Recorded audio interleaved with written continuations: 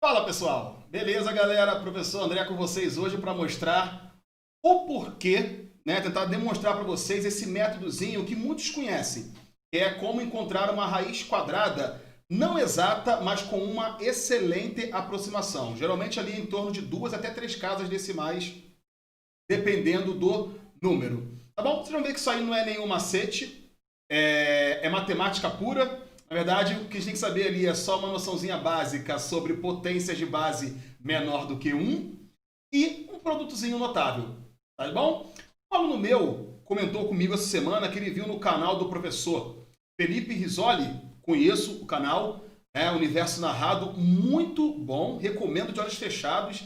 Ele só pega a física paulada mesmo e destrincha ali com uma excelente maestria. Bom, sou Felipe tão novo, mas com uma didática, ainda mais para ensinar no nível que ele ensina, fora do comum. Parece que ele já tem uns 40 anos de experiência aí. Eu gosto muito e recomendo. O professor Felipe deu essa pontinha matemática explicando o método, né, com vários exemplos, e também deu uma explicação do porquê de funcionar.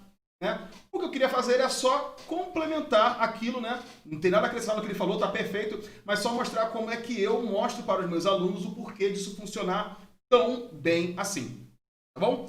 Vamos lá, galera. Então vamos seguir, vamos mostrar de onde vem essa coisa. Bom, a primeira coisa, vocês sabem com certeza, que é a distância entre dois quadrados perfeitos vizinhos. Então nós temos a raiz quadrada de 4, sem perder generalidade, porque vale para qualquer um. Sabe isso aqui vale 2, né? Agora, vocês sabem a raiz quadrada de 5? Não, nem eu. E a raiz quadrada de 6? Não, nem eu. E a raiz quadrada de 7? Não, nem eu. E a raiz quadrada de 8? Não, nem eu. Se alguém souber, por favor, não me fale para não passar vergonha, tá bom? E a raiz quadrada de 9, nós sabemos que isso aqui vale 3.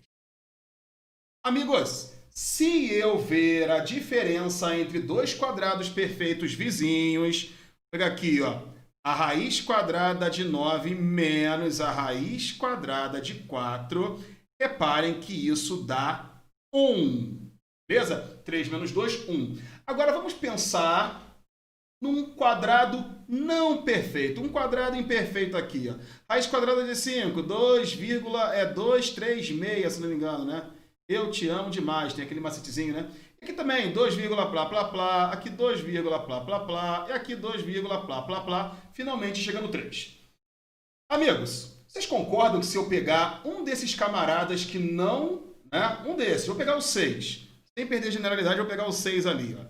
Quero saber qual é a distância entre a raiz quadrada de 6 e o seu quadrado perfeito mais próximo. Pode ser tanto 4 quanto 9. Então fica aqui, ó. Vou tomar um módulo, tá, pessoal? Não vai nos preocupar com o sinal e isso não vai importar mesmo. Né? Eu peguei o 6, ali na meiuca, ali, né? E quero ver qual é a distância entre ele e o quadrado perfeito mais próximo. Claro que esse vai ser um número menor do que 1. Por que mesmo, prof? Porque a diferença 1 é entre dois quadrados perfeitos vizinhos. Beleza? Se eu pego alguém do meio do caminho e subtraio, é claro que o módulo dessa diferença vai ser um número menor do que 1.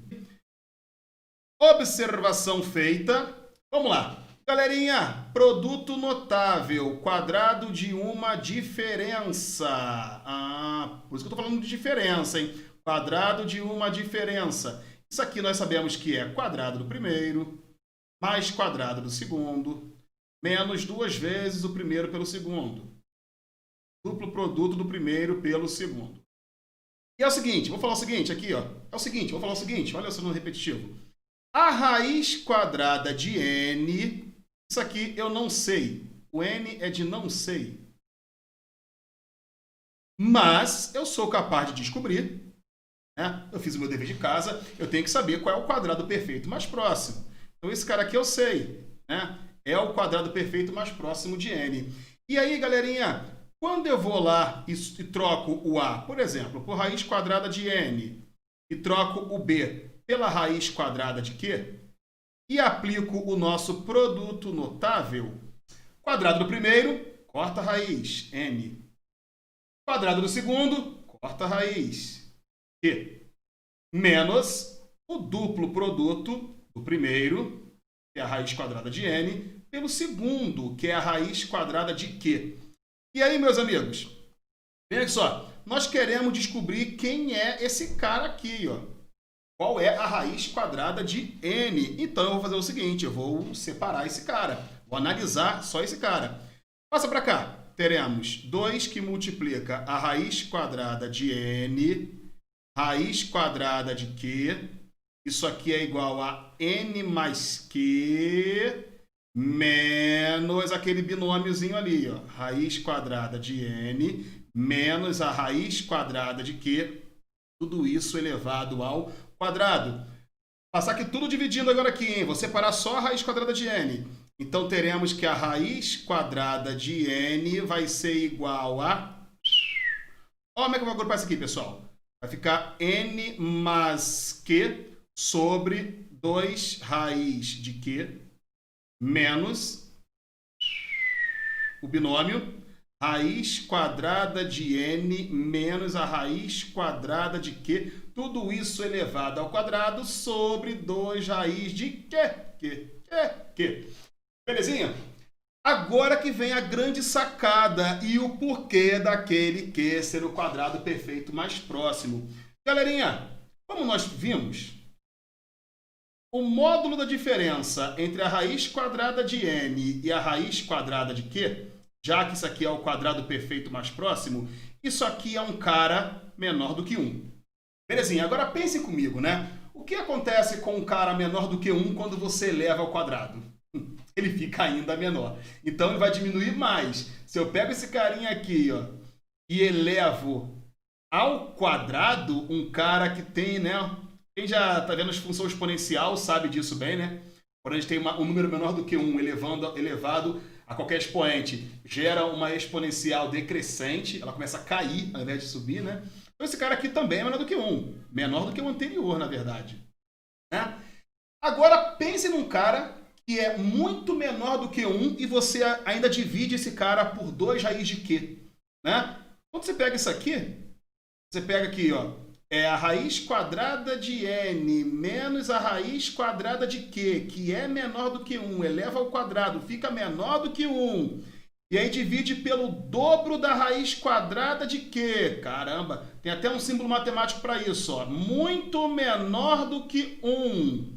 Então, galerinha, aquela segunda parcela ali vai tomar valores desprezíveis. Desprezíveis, por isso que a aproximação é muito boa. O que você está jogando fora é algo muito pequeno.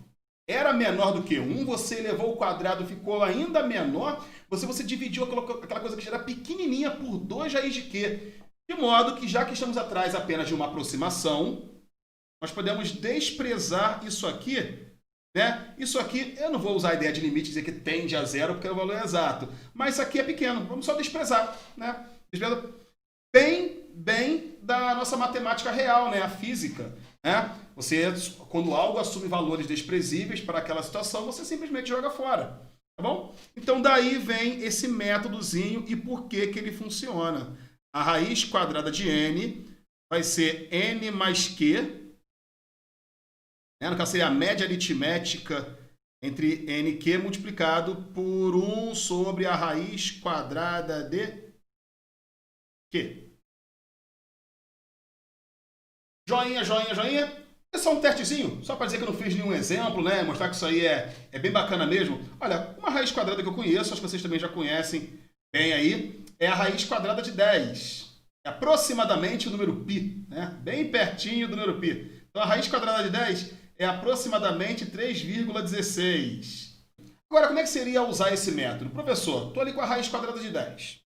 Eu usaria a raiz quadrada de 9 ou usaria a raiz quadrada de 16? Que são os quadrados perfeitos que eu conheço próximo do 10 ali. Raiz de 9 e raiz de 16.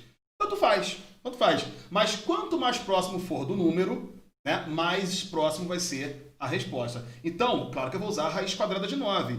Então, para eu saber aqui pelo método, ó, a raiz quadrada de 10, o que a gente faz? Eu pego o 10, somo com o quadrado perfeito mais próximo, que é o 9, e divido por 2 vezes a raiz quadrada de 9. O que teremos aqui? Nós teremos 19 dividido por 6.